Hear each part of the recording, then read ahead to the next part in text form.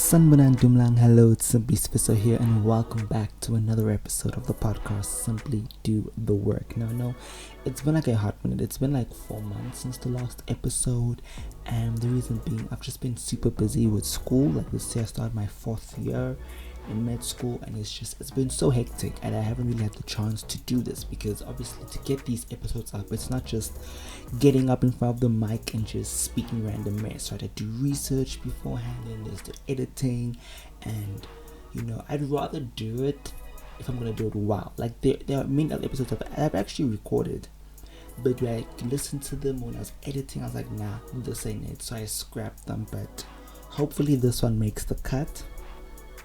That being said, feel free to subscribe, follow, share, rate the podcast. If you knew there are previous episodes you can catch up on. And here my objective is to really just do the work of just thinking through things and just sharing my perspective, and not necessarily being right. Like I'm pretty sure, if you pull up a podcast from last year, there's a chance that I might no longer agree with some of the things I said, and that's okay. That is growth, that is evolution. But today's topic is something which I've wanted to talk about for a while, and I feel like both on my YouTube channel and on the podcast, I've really danced around these issues and never really confronted them head on. And it's like even when I did want to talk about it, I was like, where do I even start? Where do I even start? Because there's so much to unpack, and probably won't get through it all today, but hopefully you can tell by the title that today we're going to be talking about the relationship between Christianity and queerness. So I'm going to start by taking you guys through. So if you follow me on Instagram, and you know that I did a Queering the Bible challenge. This was hosted by queertheology.com. This is not sponsored, by the way, but I do recommend you check out queertheology.com if you are looking for LGBTQ affirming Christian content, or if you are queer yourself, or also if you are a straight cisgendered ally. I do recommend you check them out. But basically they had this Instagram challenge where for 7 days they'd give us different prompts, and you basically did a reflection based on that. So I'm going to read a few of the prompts, but if you want to see the pictures and see what I posted for all 7 days, check out my Instagram at Simply Spisser. So we'll start with day 1. So I wrote here, today's prompt is Jesus, and I immediately thought of the first Pride event that I attended in October 2018. In this space, I felt unconditional love from the people I was with, and I felt comfortable expressing a part of me that I repressed for so long. I believe if Jesus was here on earth in human form, he'd be at the Pride events, showing compassion to queer people and protecting them from those who want to throw stones at us. So basically, I feel like with this reflection, right, the point on is going through my mind, especially with the last part where I talk about protect us from those who want to throw stones. I was thinking of the story of the woman in the New Testament Bible who was caught in the act of adultery, right? And then according to the law of that time, she had to be basically stoned to death. And Jesus, coming into the situation, his response was, let the one who has no sin cast the first stone. And everyone walked away. And I think for me that really just speaks to how Jesus loves people, right? How he came for the marginalized, right? And I think basically the people who by society standards are seen as unworthy of love, the people who are outcasts, who are forgotten, who are ridiculed and mocked, that is who I believe Jesus stands for. The oppressed, the marginalized, not the oppressor and not the privileged. And so, yeah, just gonna move on to the next one. This was from day 2, and the picture is from my Bible. It basically, let me read the prompt. So it says, today's prompt brought up a ton of mixed feelings.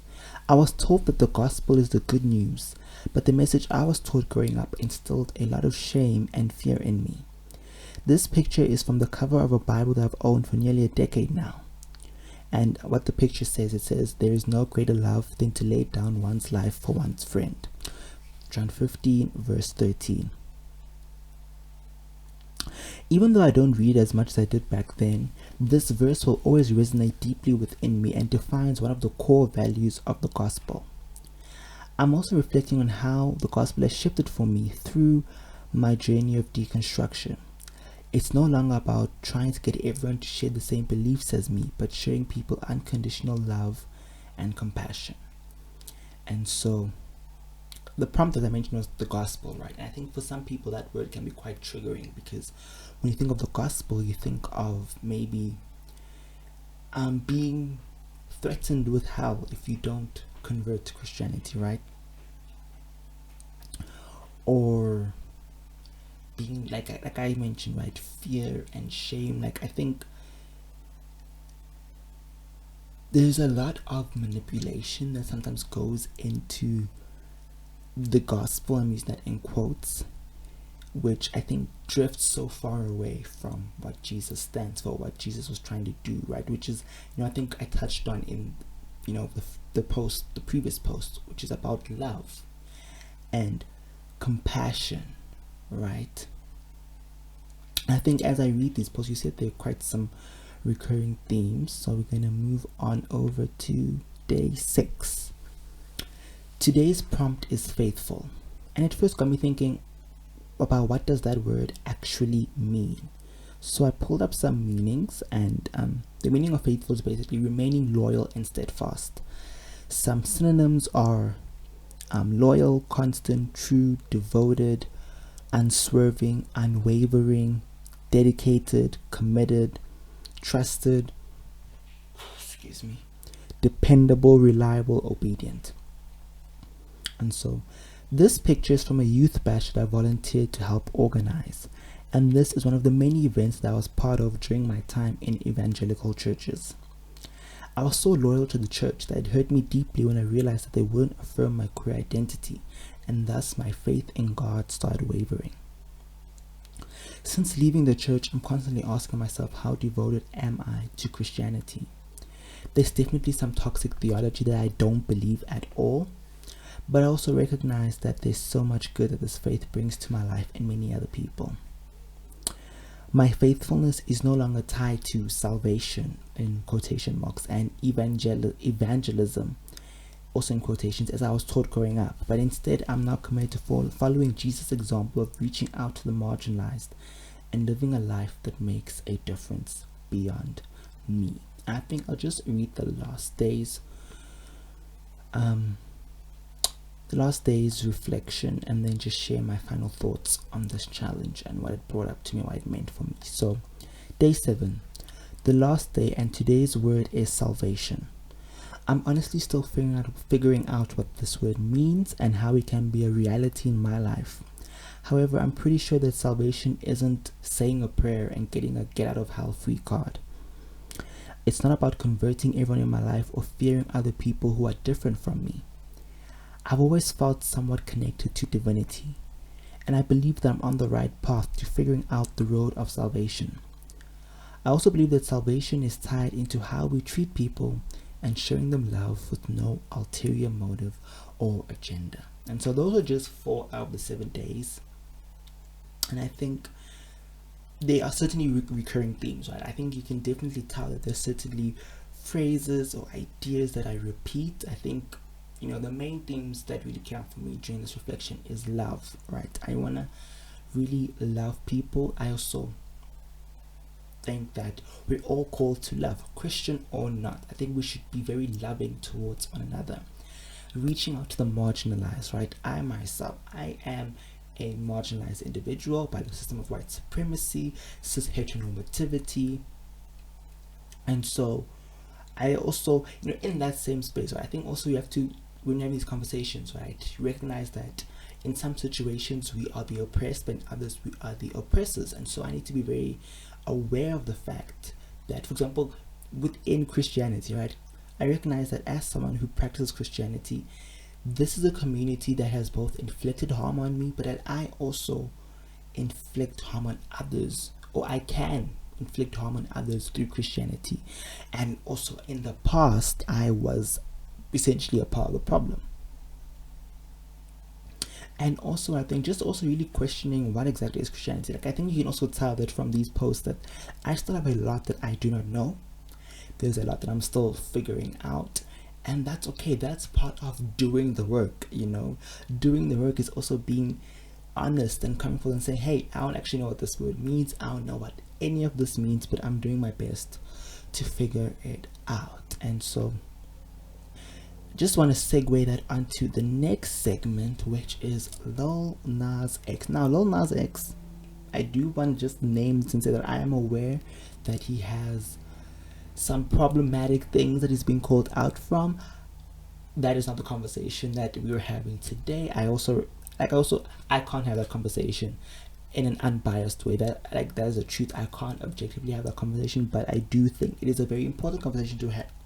Important conversation to be held. That he should be held accountable, and we'll see how all of that plays out. But I want to just read this tweet, which I posted on my Instagram by Lil Nas, saying, I spent my entire teenage years hating myself because of the shit y'all preached would happen to me because I was gay. So I hope you are mad. Stay mad. Feel the same anger you teach us to have towards ourselves. And I think this is so powerful because if you watched his music video, right, for Call Me By Your Name, I think if you are a critical thinker, you can clearly see that he's clearly making a criticism towards Christianity, right? Or at least how Christianity is being preached and practiced. And I think also you can tell that he's sort of reclaimed the narrative that is often thrown at queer people, right? You're often told that you are going to hell, you are an abomination, or all these other things, right? And so I do also want to say that I feel like some of the outrage is rather pretentious, because it's like you have people who don't really practice Christianity, or people who are like I feel like there are people who this person is not really about that life, but now they're mad. It's like many people I feel like are using Christianity to justify their own bigotry, right? Their own personal prejudices and biases, and I just love how Lil Nas, as a black queer person who has a huge platform, is doing this sort of thing, because I don't think we've seen this kind of representation. At least I haven't, in my lifetime. Obviously, I do know that there are many other black queer performers and personalities who have large platforms, but I just think what Lil Nas was able to do with this, right? Because another thing, you can tell this music video wasn't just a spur of the moment thing. You can tell it was very thought out, and he was very intentional with the message that he wanted to tell with the music. I feel like the song on its own, right? Yeah, it does have the lyrics, and the music video, right? He knew people were gonna be mad, and he was ready for it. And I just wanted to make that quick little shout out. I do also, just before I move on to the final segment for today, do want to say that, while we often talk about how we need representation is important, I think what we forget is we need representation with power, because Lil Nas is clearly in control. He is driving this narrative. He's not just a token black person who's being controlled by some white corporation. Obviously, right, we have to recognize that he is making money from this, right? There is capitalism involved, and I do think that we should also not put him too much on a pedestal, because at the end of the day, if we're being honest, right, this video is going to make money. Yes, it is starting very important conversation, but it doesn't personally, like my everyday day-to-day life is not going to be changed because Lil Nas was twerking on the devil or something. You get what I'm saying? But yeah, I think that can bring us on to the final segment, and I want to talk about China and McClain. So if you don't know who China and McClain is, but I think you should. My generation, we know her from Disney Channel, on Ant Farm, Descendants, but she's also acted in many other projects. I think also Black Lightning, one of her more recent projects that she's been a part of. And I've seen on social media a couple of TikToks that she's made, defending the Christian faith. I think probably because of Lil Nas, right? And there's been so much conversation, some people criticizing Christianity. China made some videos, I think 2 TikToks really, speaking about her faith, which has been quite polarizing to say the least, because you have people who are praising her and they're so happy to see a celebrity speaking about their faith, and then you have other people who are dragging and demonizing her. And I sort of have a nuanced view or take on the China situation, which I don't know, by the time this podcast episode is out, might be old news. Depends how quickly I can get it out. But anyways, I think first and foremost, you only just leave her alone. If you don't agree with her, leave her alone. Like, people are accusing her of forcing Christianity down their throats. It's like, she posted this on her TikTok. Like, you can literally, like, if you watch the video and you're like, you literally just leave the video, right? Like, even I think, like, I do recognize that some of the language that she uses, right, for me is like, ooh, girl, honestly, I don't fully like agree with it, but I can tell that at the gist of what she was saying, she was basically trying to say what I've been saying this entire episode, right? That Christianity is about love and compassion, and she talked about how we shouldn't judge, right? Like, as people, we shouldn't be the one to judge. And I saw another TikTok where someone was like responding to her, and they were saying that China should keep her mouth shut. Now is not the time to be saying this. She is invalidating people's experiences and trying to justify what the church has done. It's like, that is not what she said. Literally, China literally said that she described her faith as being relational, right? She described it as being not necessarily about being religious, right?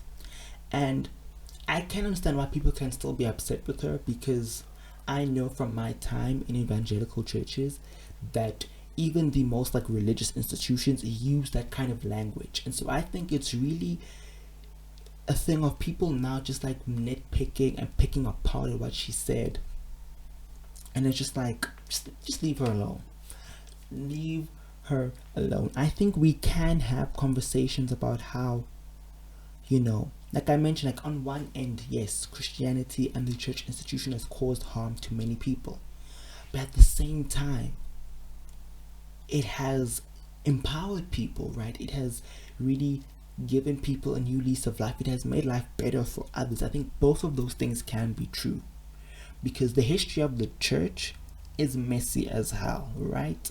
I think even China, being a black woman, she probably also recognizes how Christianity was an integral part of colonization of the African continent and the enslavement of black African people.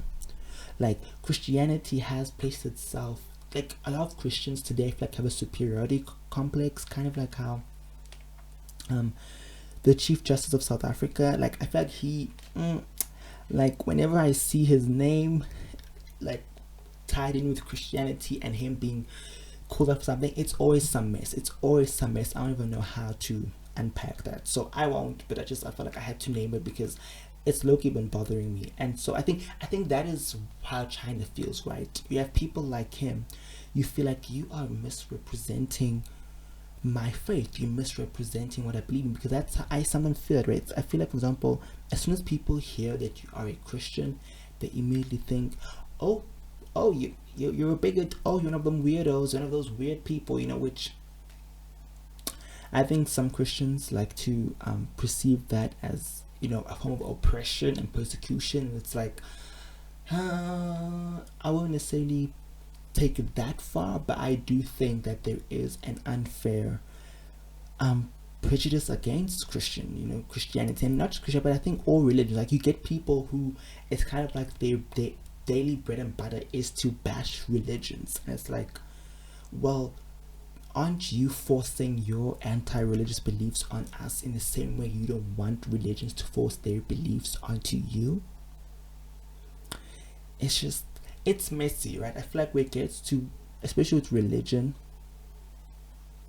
it is kind of messy. And I actually, episode 12, I do kind of talk about this in the episode's called Playing the Jesus Card to Justify Bigotry. But I think it's a very relevant conversation, and one that I hope to continue to have on my platform, whether it be here on the podcast or on my YouTube channel. But yeah, those are just some of the thoughts that I have on just current events that have been happening in my life and just in pop culture and the internet. Like, bottom line, love and accept everyone. Like, my motto is, like, I have this new motto that I got from this guy, Mr. Atheist, on YouTube. Okay, it doesn't go with Mr. Atheist anymore, Jimmy Snow on YouTube, where he says, I don't have to respect your beliefs, but I respect all people. And I feel like what is happening, like, Lil Nas X is being disrespected by people. China is being disrespected by people. I have been disrespected. And it's kind of like, if you can just respect me as a person, as a human, because like, at the end of the day, that is the issue. And people are marginalized, is they're usually stripped of their humanity. Black people are stripped of their humanity. Trans people are stripped of their humanity. And it's kind of like, can we just live?